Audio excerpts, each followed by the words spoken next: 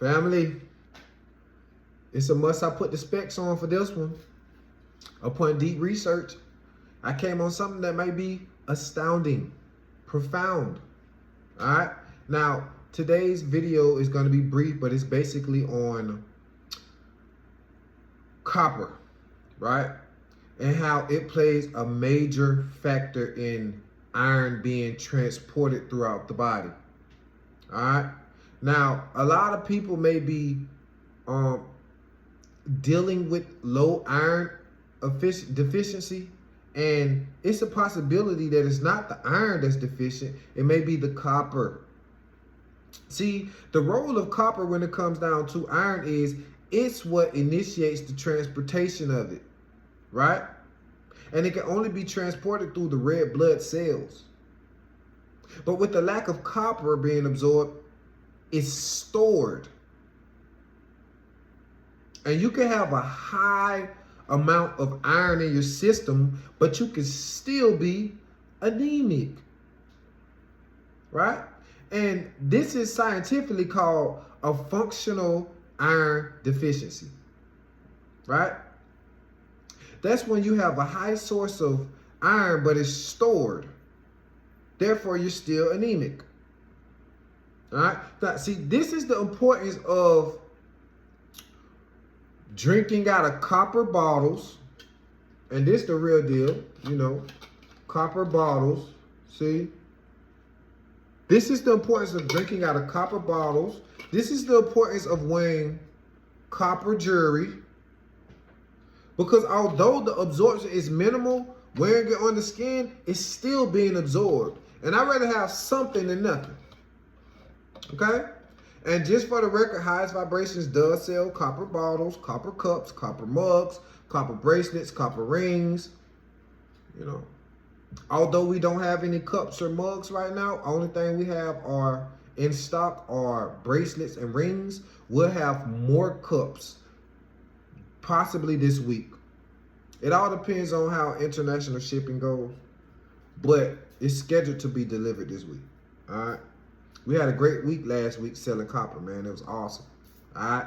Now, moving forward, what the copper metaphorically does for the iron is, it's like the key that ignites the car to be able to drive, or for better words, transport it throughout your system. All right. Now I want to mention a couple of herbs that are very high in copper. Okay. And I want to start off with chickweed. Now, chickweed is one of my favorite herbs. It has so many properties. You can prepare it as a cold tea decoction to extract mucilage properties, or you can use it as a hot tea infusion, all right, to get the antimicrobial properties from it. It all depends on how you want to utilize it. But I would suggest when utilizing it for copper, use the hot tea infusion, all right? And this is what it looks like for those who don't know. This is chickweed. This is it cut and sifted, all right? It's awesome. And for those who don't know, my other herb that's very high in copper or rich in copper is yellow dock. Now, for those who don't know what yellow dock looks like, this is it.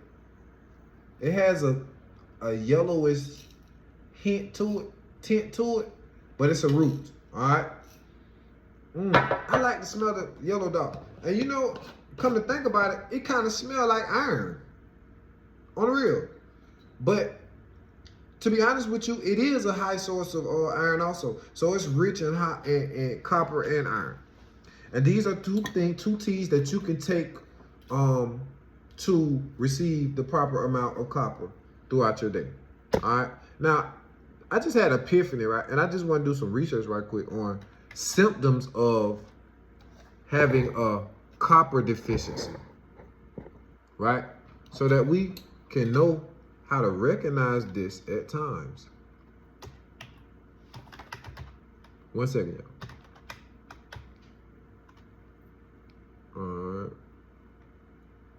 Oh yeah, and some other herbs, y'all, that are a rich source of copper are nettle, sarsaparilla, and burdock root. Okay? Now, beetroot is good for it also. Because you know that helps with the blood flow, the circulation. And if you have and all of it kind of like symbiotically works together, you know. Now, some symptoms of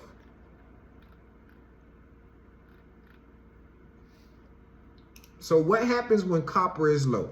All right. You may see a low hemoglobin.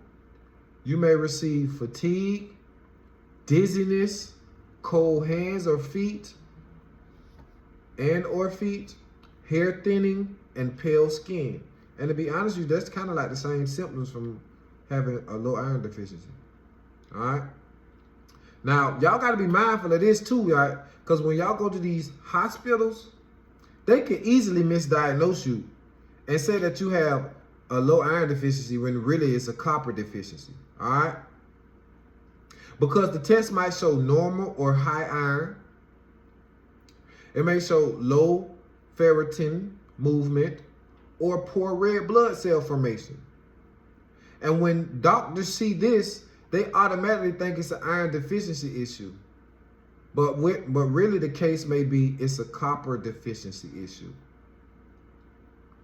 All right.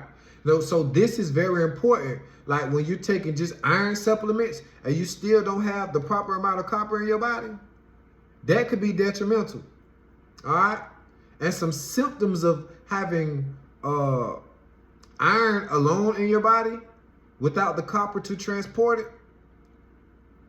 what happens is iron accumulates in the tissues, oxidative stress increases, constipation occurs, liver stress increases, and anemia is not resolved. And notice what I said. I said anemia. I didn't just say low iron deficiency. And there are several forms of anemia. All right. So, basically, we're going to wrap it up there. And just to summarize my ending, iron does not function without copper, you guys. Copper activates the iron transport. All right. Copper enables hemoglobin formation, and that's in the RBC. And basically, that's the red blood cells. All right. Low copper equals iron being trapped, or for better words, stored. All right. True blood health requires balance. And that's that copper, baby. All right. So basically, we're going to leave it right there. Food.